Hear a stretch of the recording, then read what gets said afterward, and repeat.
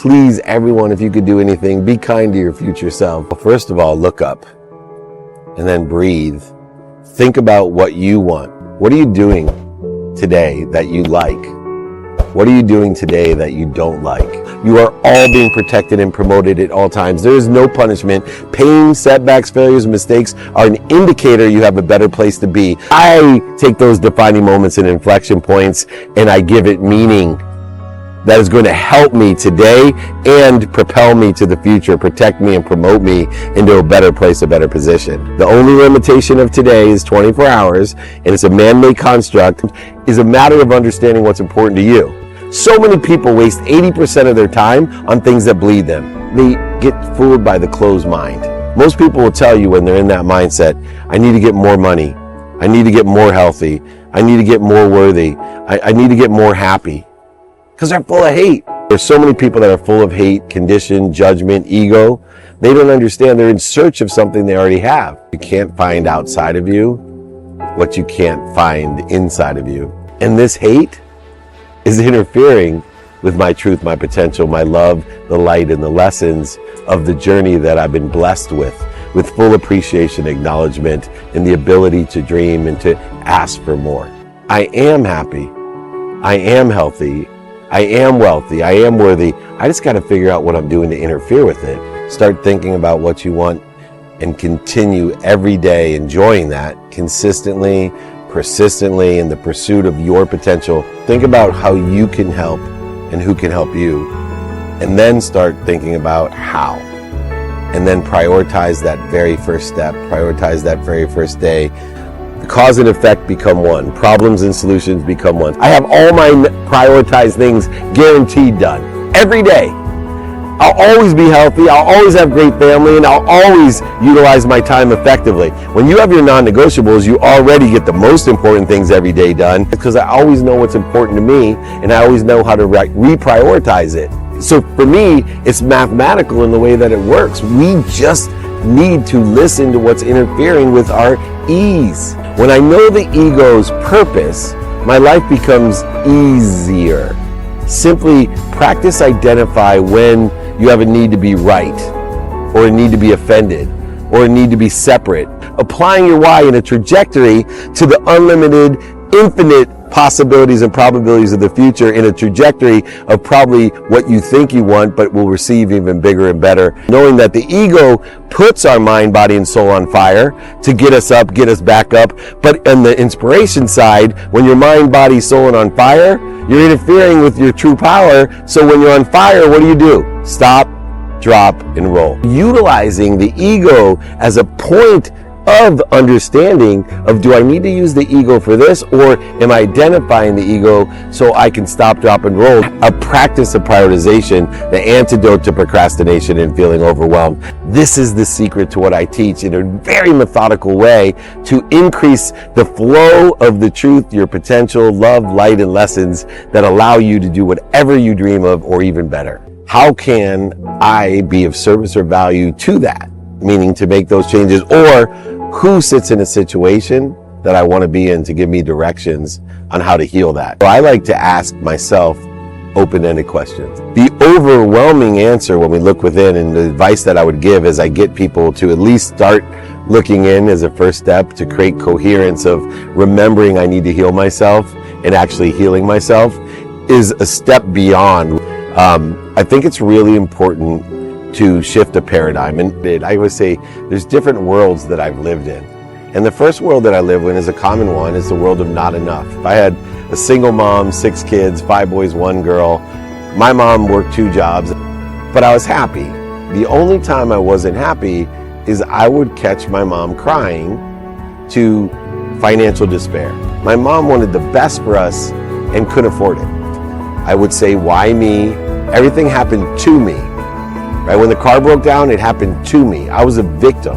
I felt as if, gosh, if I could be rich and buy my mom a house and a car, then I would be completely happy. I had this extraordinary family, great education, but I was always missing money. And 9 months out of law school, despite anyone believing in me, they mostly laughed at me, scoffed at me, and made fun of me because I wasn't doing what everybody else thought I should do.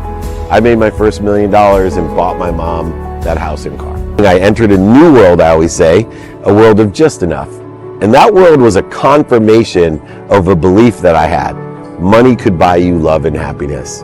By the time I was 30, I was knee deep in this world of just enough for me. I'm now married to my dream girl. I'm a multi-millionaire.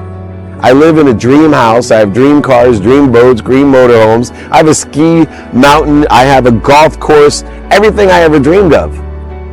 But I wasn't happy. And I'm sure you know people like that live in this world of for me, and they seem very optimistic and philanthropic, but usually they live in that world of a void, a shortage, and an obstacle that I did. Everything became a trade or negotiation. Even giving, right? I would give to receive recognition, acknowledgement, business development, and I was always in search of happiness, buying things to be happy, buying more things to be happy, buying things to impress people for their approval, buying more things to impress people that I didn't even like. So I went from owning 33 homes in San Diego alone to a rented house, rented furniture, a pregnant wife with 3 daughters under 10. And when I laid there in bed that day of filing bankruptcy and keeping it secret, tears were rolling down my face. I could not lift up my arms. I was lying there being accountable, and that's hard. And I got out of bed, I took a shower, I put on my clothes, I walked over to my mom's house crying, and I thought it was gonna be the worst thing that's ever happened to me. I said, Mom, I lost everything. I lost your house, you need to move. And she looked at me and she's like, are you okay? Do you need some money? What can I do for you? What I had built up in my mind turned into the biggest of all lessons, the witness of unconditional love, teaching me that none of it mattered, that she loved me. She was here to protect and promote me, no matter what mistakes, pain, failures, and setbacks I was going to have, even if it implicated her into them. I started to understand the practices of my life, the practices of values, the practice of knowing what I want, and they built upon each other. They aggregated and compounded to give me an exponential result. Yeah, so I created practices to prioritize. And it started with what's non-negotiable. And because time was a non-negotiable, I reconciled it with everything.